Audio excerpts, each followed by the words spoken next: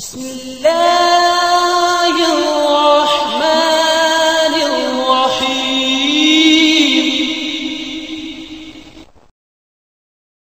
ایک سوال ہے، مرزا محمد علی جیلمی نے جو امام ابن تیمیہ پر الزام لگائے ہیں اس کی کیا تفصیل ہے؟ شیخ الاسلام امام ابن تیمیہ رحمہ اللہ اللہ کے اولیاء میں سے، صالحین میں سے اور زاہدوں میں سے بہت بڑے عالم، مجدد اور علم بردار شخصیت ہے، جنہوں نے ان کو پورا پڑھا ہے۔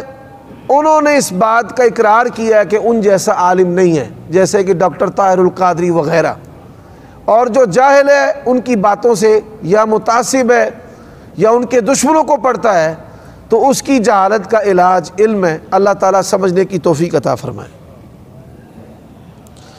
3 طلاق، بھائی یہ طلاق کا جو مسئلہ ہے سمجھ لیں۔ طلاق کا معنی ہے نکاح کی گرہ کو کھولنا۔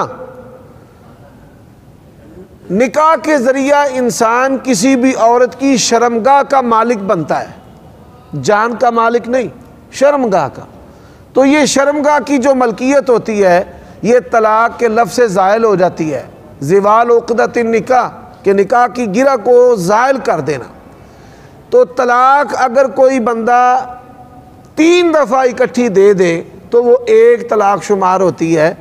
جیسے نکاح کے وقت عموماً نکاح پڑھانے والے کتنی مرتبہ کہتے ہیں قبول ہے؟ تو نکاح 3 ہوتے ہیں 1۔ مولوی صاحب نکاح کے وقت 3 کو 1 ہی مانتے ہیں، لیکن طلاق کے وقت کہتے ہیں نہیں 3 ہے۔ یہ جو مروجہ حلالہ ہے، کرنے والے پر بھی لعنت ہے اور جس کے لیے کروایا جائے اس پر بھی لعنت ہے۔ بلکہ بعض علاقوں میں جو عورتیں ہیں وہ اتنی گرم یا اتھری یا سٹیٹ فارورڈ ہوتی ہیں، وہ کہتی ہیں ایک تو میرے خاوند کا قصور ہے تو میرا حلالہ کیوں نکالتے ہیں، اس کا نکلوائے حلالہ۔ تو اللہ تعالی ہمیں محفوظ رکھے۔ میں یہ سمجھتا ہوں کہ پیر کرم شاہ صاحب بریلوی مکتبہ فکر کے بہت بڑے عالم ہیں اور ہم بھی ان کی دل سے قدر کرتے ہیں کہ وہ جید عالم ہیں۔ مفتی شفیع صاحب معارف القرآن والے بہت بڑے عالم ہیں علماء دیوبند میں، ان کا بڑا مقام اور مرتبہ ہے۔ ان کا بھی فتویٰ ہے کہ 3 طلاقیں 3 نہیں ہوتی، 1 ہوتی۔ ابن تیمیہ رحمہ اللہ سے یہ مسئلہ شروع نہیں ہوا۔ امام طحاوی رحمہ اللہ انہوں نے اپنی کتاب میں لکھا ہے کہ اس میں علماء کے 2 گروہ ہیں، ایک 3 کو 3 کہنے کے اور ایک 3 کو 1 کہنے کے۔